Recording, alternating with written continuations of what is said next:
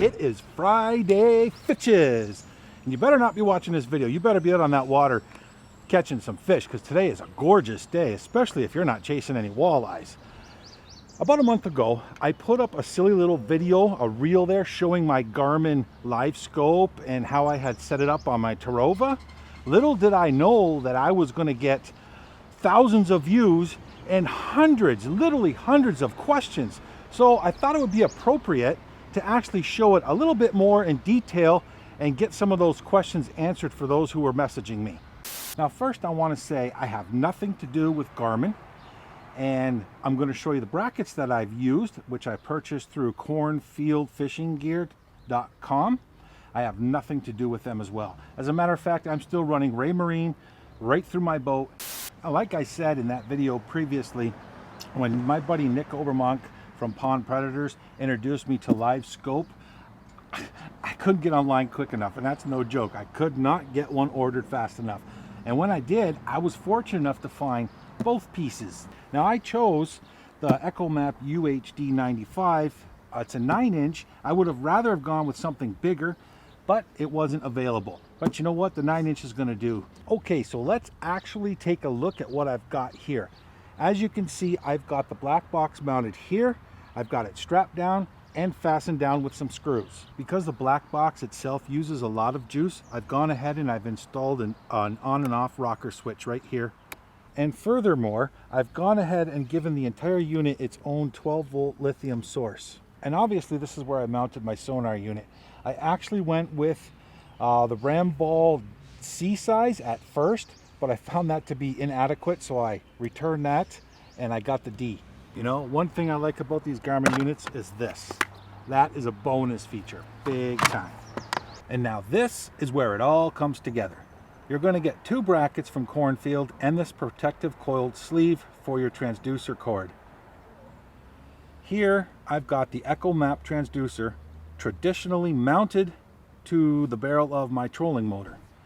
And I've taken that cord and I've loosely zipper tied it to the protective sleeve the whole length of the trolling motor. This is the bracket and the transducer itself. It's as easily as adjusting this knob and moving the transducer into whatever view you desire, whether it's forward view, perspective view, or down view.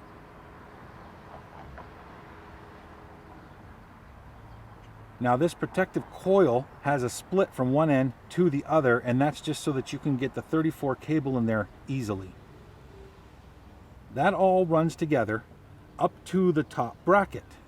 And what's great about these brackets is they keep all the cords clear, so there's no damage, no pinching from the trolling motor shaft when you're deploying and storing it.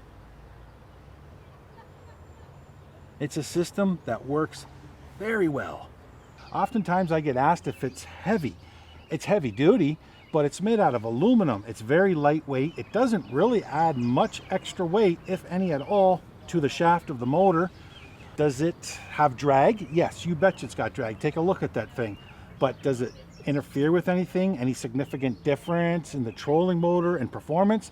Hell no. I'll be honest with you guys, the Cornfield fishing gear bracket specifically for the Minn Kota Terrova has worked out absolutely perfect for me.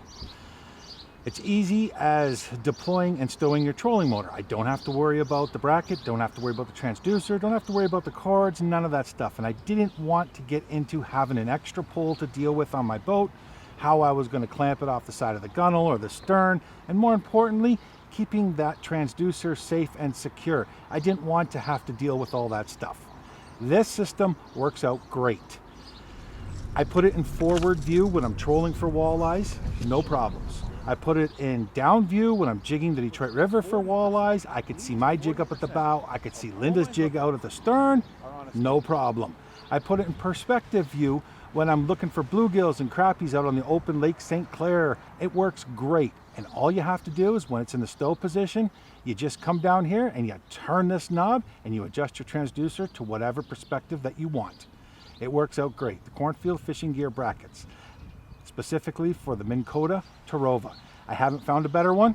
If there's one out there, guys, please put it in the comments, send me a message, let me know, and let's share that information with all the live scopers out there. Till next time, be safe. Catch lots of fish. This one time in band camp, I tooted her horn.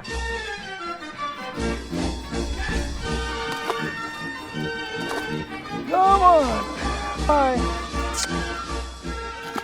See ya! Hoochie Goochie.